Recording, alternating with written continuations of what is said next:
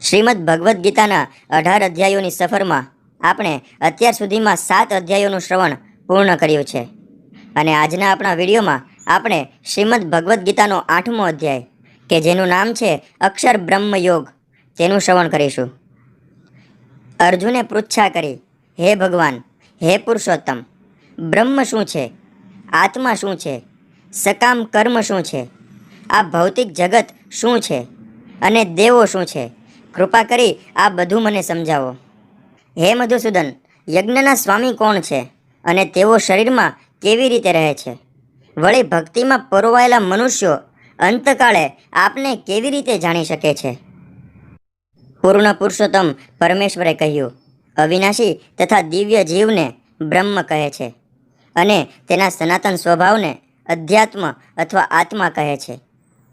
જીવોના ભૌતિક શરીરોનો વિકાસ થવાની પ્રક્રિયા સાથે સંકળાયેલા કાર્યોને કર્મ અથવા સકામ કર્મ કહે છે. હે દેહધારીઓમાં શ્રેષ્ઠ, નિરંતર પરિવર્તનશીલ આ ભૌતિક પ્રકૃતિ અધિભૂત એટલે કે ભૌતિક પ્રાગટ્ય કહેવાય છે.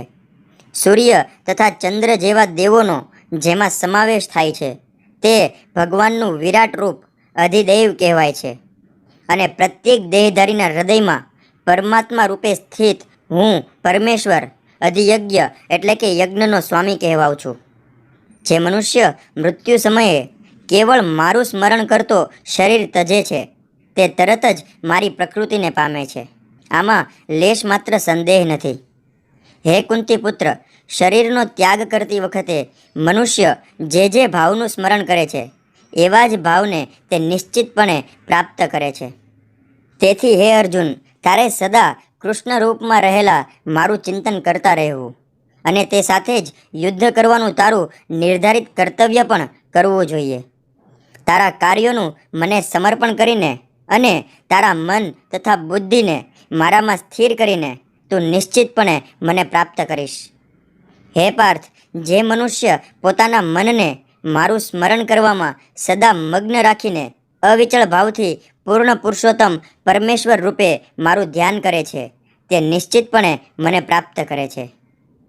મનુષ્યે પરમ પુરુષનું ધ્યાન સર્વજ્ઞ, પુરાતન, નિયતા, લઘુતરથી પણ લઘુત્તમ, સર્વના પાલન કરતા, સમસ્ત ભૌતિક કલ્પનાઓથી પર, અચિંત્ય તથા જેઓ હંમેશા એક વ્યક્તિ છે એ તરીકે કરવું જોઈએ.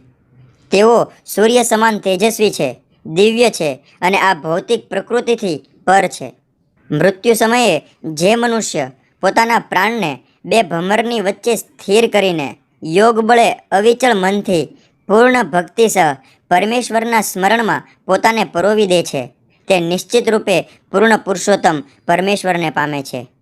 જેઓ વેદોના જાણકાર છે, જેઓ ઓમકારનું ઉચ્ચારણ કરે છે અને જેઓ સંન્યાસાશ્રમમાં રહેલા મહાન મુનિઓ છે તેઓ બ્રહ્મમાં પ્રવેશ કરે છે. આવી સિદ્ધિની ઈચ્છા કરનાર વ્યક્તિ બ્રહ્મચર્ય વ્રતનું પાલન કરે છે. હવે હું તને આ પ્રક્રિયા સંક્ષેપમાં વર્ણવીશ કે જે દ્વારા કોઈ પણ મનુષ્ય મુક્તિ પ્રાપ્ત કરી શકે છે. સમસ્ત ઇન્દ્રિયોના કાર્યોથી વિરક્તિને યોગની સ્થિતિ એટલે કે યોગ ધારણા કહેવામાં આવે છે. ઇન્દ્રિયોના બધા દ્વારો બંધ કરવા તથા મનને હૃદયમાં અને પ્રાણને મસ્તકના શિખર પર અર્થાત બ્રહ્મરંધ્રમાં કેન્દ્રિત કરીને મનુષ્ય પોતાને યોગમાં પ્રસ્થાપિત કરે છે. આ યોગાભ્યાસમાં સ્થિત થયા પછી તથા અક્ષરોના પરમ સંયોજન ઓમકારનું ઉચ્ચારણ કરતા રહી જો કોઈ મનુષ્ય પૂર્ણ પુરુષોત્તમ પરમેશ્વરનું ચિંતન કરે છે અને દેહનો ત્યાગ કરે છે તો તે નિશ્ચિતપણે દિવ્ય લોકમાં જાય છે. હે પૃથાપુત્ર અર્જુન, જે મનુષ્ય અનન્ય ભાવે નિરંતર મારું સ્મરણ કરતો રહે છે તેને માટે હું સુલભ છું, કારણ કે તે મારી ભક્તિમય સેવામાં નિરંતર પ્રવૃત્ત રહે છે. મને પ્રાપ્ત કર્યા પછી મહાત્માજનો કે જેઓ ભક્તિ યોગી છે તેઓ દુઃખમય એવા આ ક્ષણભંગુર જગતમાં કદાપી પાછા આવતા નથી, કારણ કે તેમણે પરમ સિદ્ધિ પ્રાપ્ત કરી છે.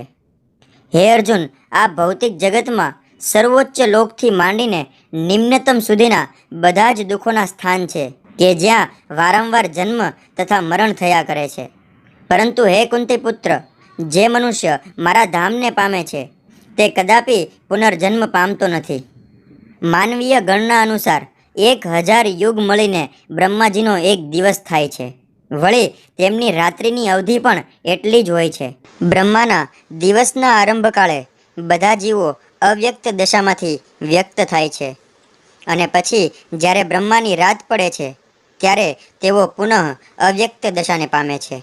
વારંવાર જ્યારે બ્રહ્માનો દિવસ ઉદય પામે છે ત્યારે બધા જીવો પ્રગટ થાય છે અને બ્રહ્માની રાત શરૂ થતાં જ તેઓ અસહાયપણે નાશ પામે છે. આ સિવાય એક અન્ય અવ્યક્ત પ્રકૃતિ છે જે શાશ્વત અને આ વ્યક્ત તથા અવ્યક્ત પદાર્થથી પર છે. તે સર્વોપરી અને કદાપી નષ્ટ ન થનારી છે.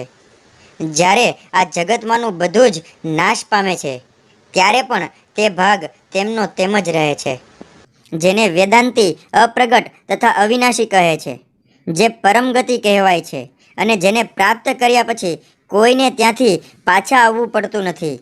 તે મારું પરમધામ છે. જેઓ સૌથી મહાન છે તે પૂર્ણ પુરુષોત્તમ પરમેશ્વર અનન્ય ભક્તિ દ્વારા જ પ્રાપ્ત થઈ શકે છે. તેઓ પોતાના ધામમાં વિદ્યમાન રહે છે, તેમ છતાં તેઓ સર્વત્ર વ્યાપેલા છે અને તેમની અંદર બધું જ સ્થિત છે. હે ભરત શ્રેષ્ઠ, જે કાળે જગતમાંથી વિદાય લેતા યોગીને પુનર્જન્મ પ્રાપ્ત થાય છે અને જે કાળે વિદાય લેતા પુનર્જન્મ પ્રાપ્ત થતો નથી એવા વિભિન્ન કાળ વિશે હવે હું તને કહીશ.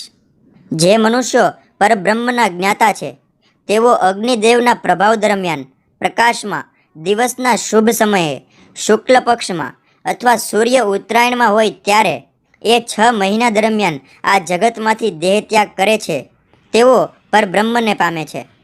ધુમાડો રાત્રિ કૃષ્ણ પક્ષમાં કે સૂર્ય દક્ષિણાયનમાં હોય તે 6 માસમાં જે યોગી મૃત્યુ પામે છે તે ચંદ્રલોકમાં જાય છે, પરંતુ ત્યાંથી પુનઃ પાછો આવે છે.